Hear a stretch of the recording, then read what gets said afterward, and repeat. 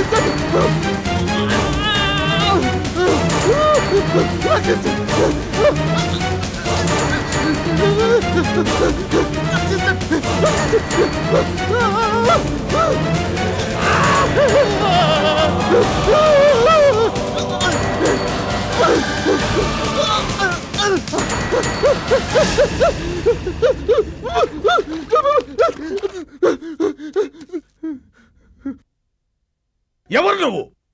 ఇక్కడికి ఎందుకు వచ్చావు? మర్యాదగా సమాధానం చెప్పు, లేకపోతే నీ ప్రాణాల్ని కాపాడిన ఈ చేతులతోనే నీ ప్రాణాల్ని తీస్తాను.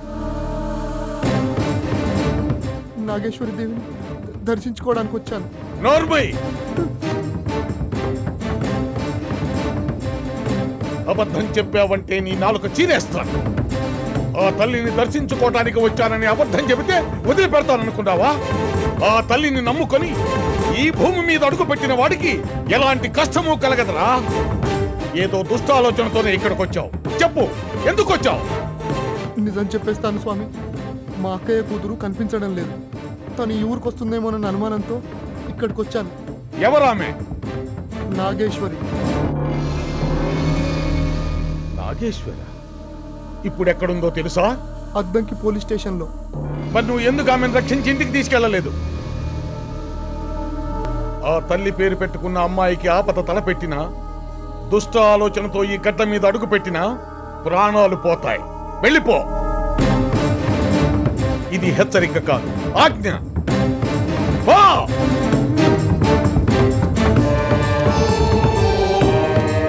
స్వామి, వీడు దుష్టుడని తెలుసు కూడా ఎందుకు రక్షించారు? వీణ్ణి శిక్షించుండాల్సింది. పూజారి, భగవంతుడు తప్పు చేసిన వాళ్ళని హెచ్చరిస్తాడు, విననప్పుడు ఆజ్ఞాపిస్తాడు, ఆజ్ఞని ధిక్కరించినప్పుడు అంతం చేస్తాడు. వీణ్ణి హెచ్చరించడము అయిపోయింది, ఆజ్ఞాపించడము అయిపోయింది. అదీ కాక నాగేశ్వరి ప్రయాణానికి కొంత దూరం తెడ్డుగా ఉపయోగపడ్డాడు. అందువల్లే క్షమించి వదిలేశాను. ఇంకా నాగేశ్వరి సర్పవనానికి ఎందుకు రాలేదు స్వామి? వస్తుంది. అన్ని అడ్డంకుల్ని అధిగమించి ఆటంకాలను ఎదుర్కొని వస్తోంది. త్వరలోనే వస్తుంది.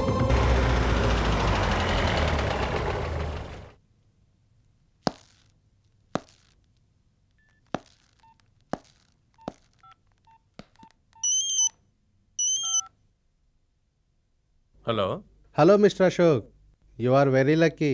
ఆ అమ్మాయిని పట్టుకున్నాం. నిజంగానా? ఇప్పుడు ఎక్కడుంది? మా స్టేషన్లోనే. అయితే నేను ఇప్పుడే బయలుదేరుస్తున్నాను. వద్దు వద్దు, మీరు వచ్చేంత వరకు ఆ అమ్మాయి స్టేషన్లో ఉండటం మంచిది కాదు. మీరు ఈ అమ్మాయి గురించి ఎవరికీ తెలియకూడదని చెప్పారు కదా. కాసేపట్లో ప్రెస్ వాళ్ళు న్యూస్ కలెక్షన్కి వస్తారు. ఈ లోపల నేనే ఆ అమ్మాయిని మీకు అప్పగిస్తాను. చెప్పండి, ఇప్పుడు ఎక్కడున్నారు? నేను హాస్పిటల్లోనే ఉన్నాను. మీరు నా గురించి అమ్మాయితో ఏం చెప్పలేదు కదా? నో, చెప్పలేదు. ఓకే సార్, వెయిట్ చేస్తుంటాను. త్వరగా వచ్చేయండి. Okay, bye.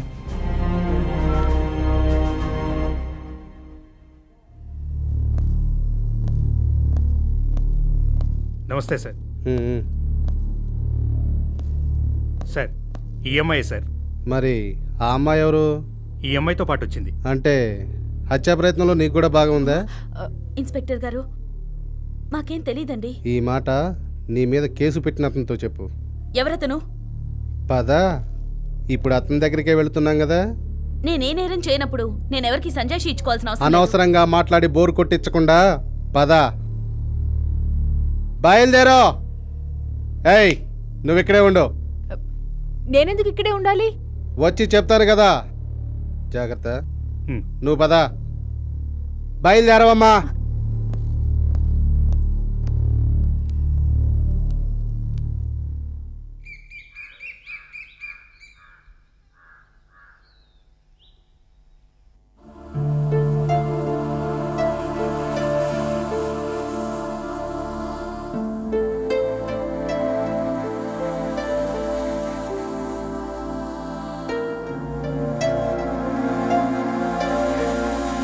ఏమండి,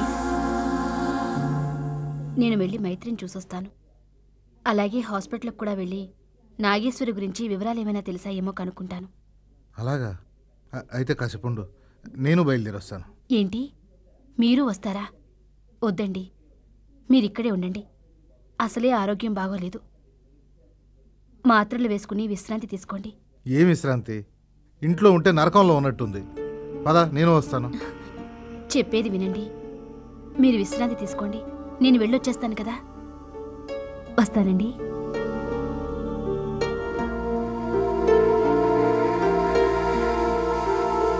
అమ్మా, పద వెళ్దాం. మీ ఆయనతో ఏం చెప్పావు? మైత్రిని చూడ్డానికి వెళ్తున్నామని చెప్పాను. రా. ఏమి దేవకి, నాకేశ్వర అడ్డు తొలగితే ఆస్తి మొత్తం నీ చేతికి వస్తుందనే కదా ఇంత చేసావు. అది ఇప్పుడు ఇల్లు వదిలిపెట్టి ఎటో వెళ్ళిపోయింది. మళ్ళీ ఎందుకు వెతకడం? అది మళ్ళీ తిరిగి ఇంటికి రాదనే నమ్మకం ఏమిటి? వచ్చిన తర్వాత మళ్ళీ పాత కథ మొదలవుతుంది. పైగా దానికి విశ్వం గురించి తెలిసిపోయింది. రేపది పొరపాటున ఇంటికి తిరిగొచ్చి మీ అల్లుడితో విషయం చెప్తే మన గురించి ఆయనకంతా తెలిసిపోతుంది. ఆ తర్వాత మనకి ఆస్తి కాదు కదా, అస్థికులు కూడా మిగలవు. అలా అయితే దాన్ని పోలీస్ స్టేషన్ నుంచి ఇంటికి తీసుకురావడం లేదా? లేదు, దాన్నిక బతకనిస్తే లాభం లేదు. అందుకే దానికి చావు ముహూర్తం నిర్ణయించాను. స్టేషన్ నుంచి బయటికి తీసుకొచ్చి ఎక్కడో ఒక చోట చంపేద్దాం. చావంటే భయంగా ఉందే. చావు నీకు కాదు, దానికి. భయపడకు.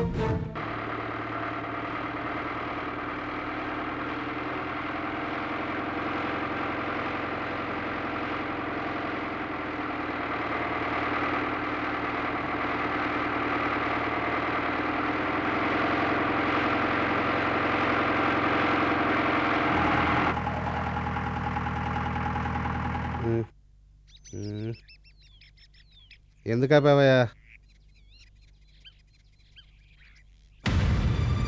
దిగెళ్ళి ఎవడో చూడు. అలాగే సార్.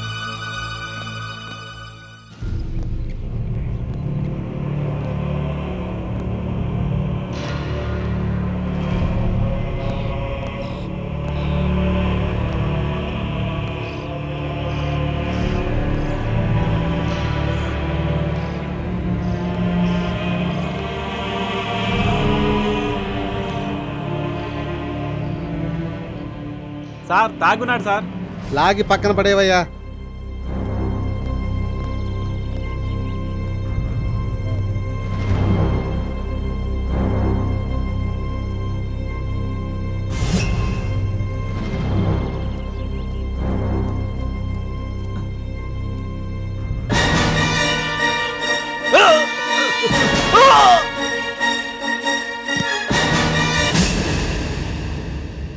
కుమార్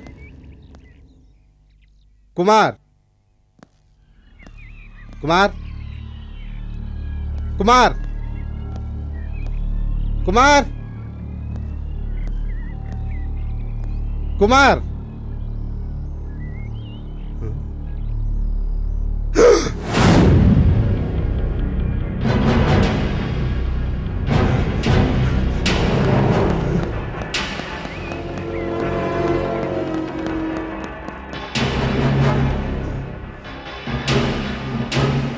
ఏమ్మా జీప్ తాళాలి?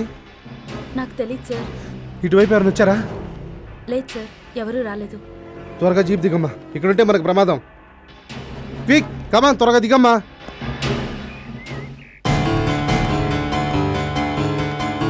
జాగ్రత్తగా నాతోనేరా. ఏమైంది సార్? Something is wrong. మన ప్రాణాలకే ప్రమాదం. జాగ్రత్త రా.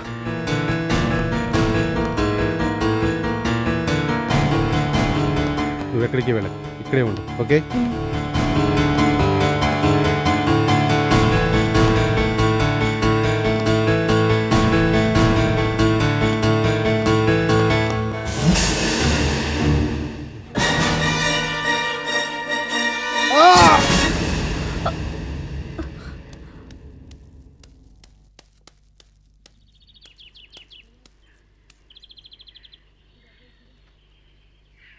సార్ సార్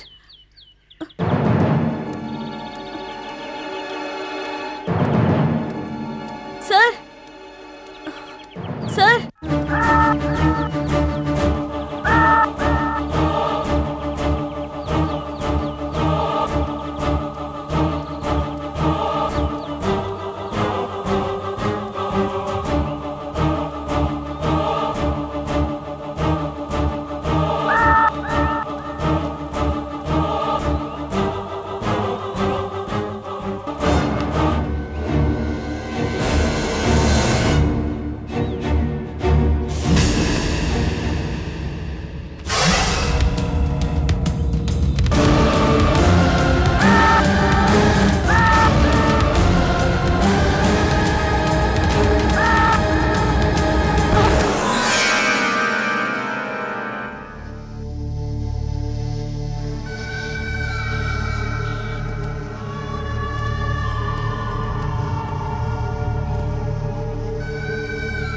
పేద నాగేశ్వరి ఇక్కడే ఎక్కడో ఉంది.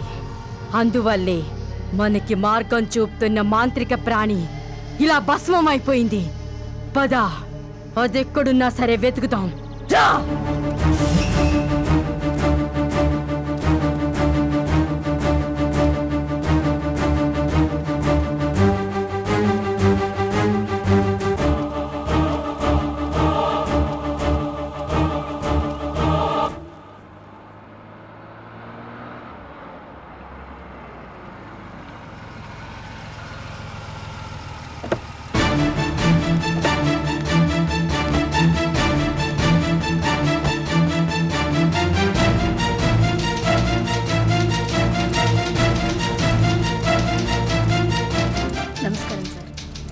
నమస్తే, కూర్చోండి.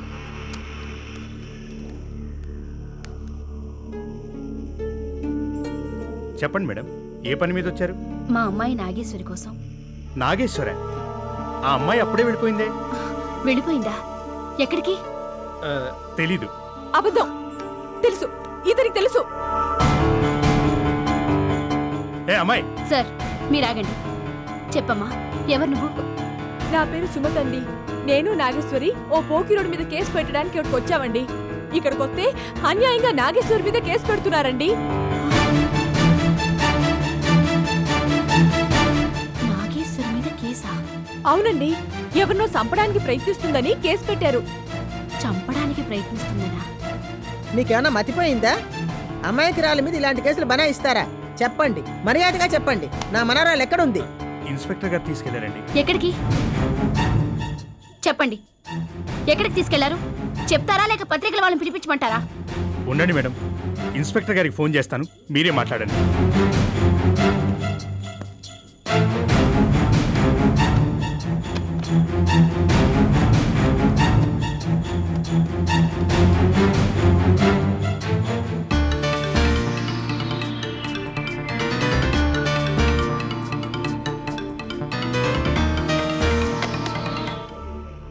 మేడం ఫోన్ రింగ్ అవుతోంది, అటెండ్ చేయడం లేదు. ఒకవేళ ఉంటే ఉమెన్స్ పోలీస్ స్టేషన్లో ఉండొచ్చు. ఫోన్ చేసి చూస్తాను.